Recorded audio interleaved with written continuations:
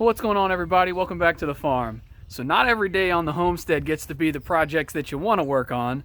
Most of the time, in reality, it ends up being the projects that you need to work on. And the weather's starting to change, so today we're going to be firing up the old Husky and we're going to get some wood split.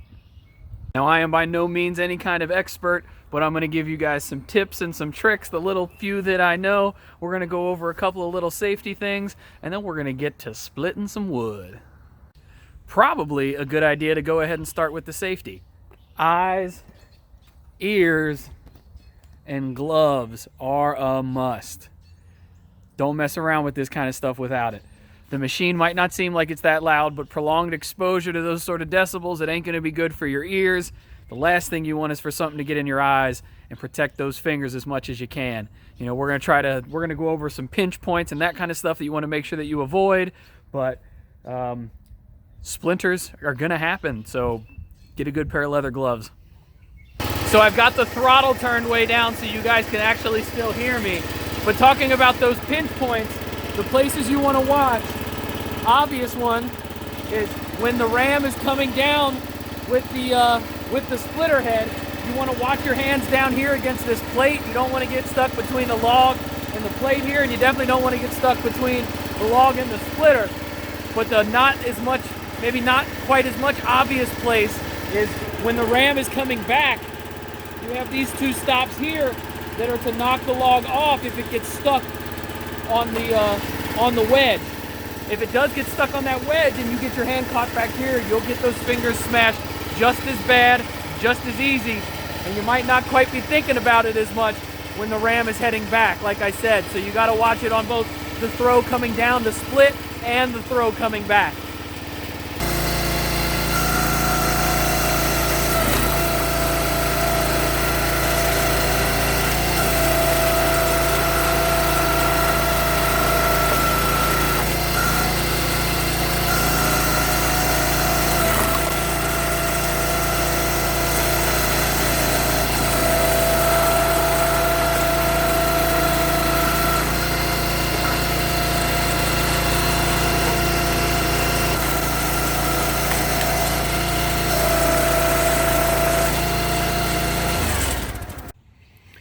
Okay guys, here's another scenario that you're going to have to watch out for. Now this isn't really it, but this is kind of what it will look like.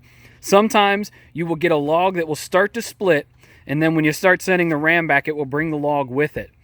This is oak, so it's not quite as stringy. Sometimes when you're splitting wood like locusts and stuff, it's a lot stringier. You'll think that you have a good split, and as soon as you go to pull it off, this wood will snap back together. It's not as split as you thought it was. Oh, come out of there. So this, when you pull it off, this will snap back together and it can grab your fingers. So you got to be really careful to make sure, one, that it's actually split. And if it's not, you got to make sure that your fingers are nowhere near this crack, because it can snap right back on your fingers and do some real damage.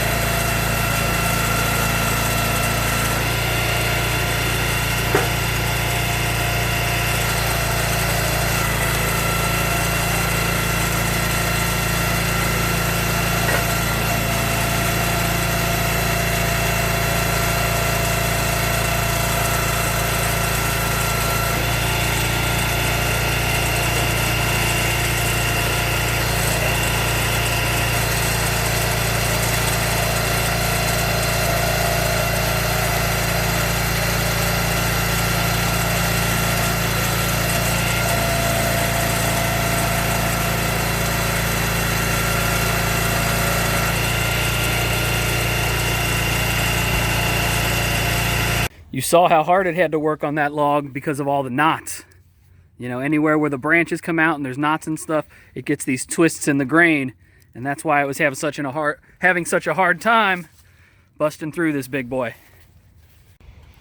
So I mean, you need to be on your P's and Q's all the time, but especially when you're doing a big log like that has some knots in it, has some gnarls to it, you got to really make sure you're paying attention to what you're doing and what the log is doing so you can stay safe.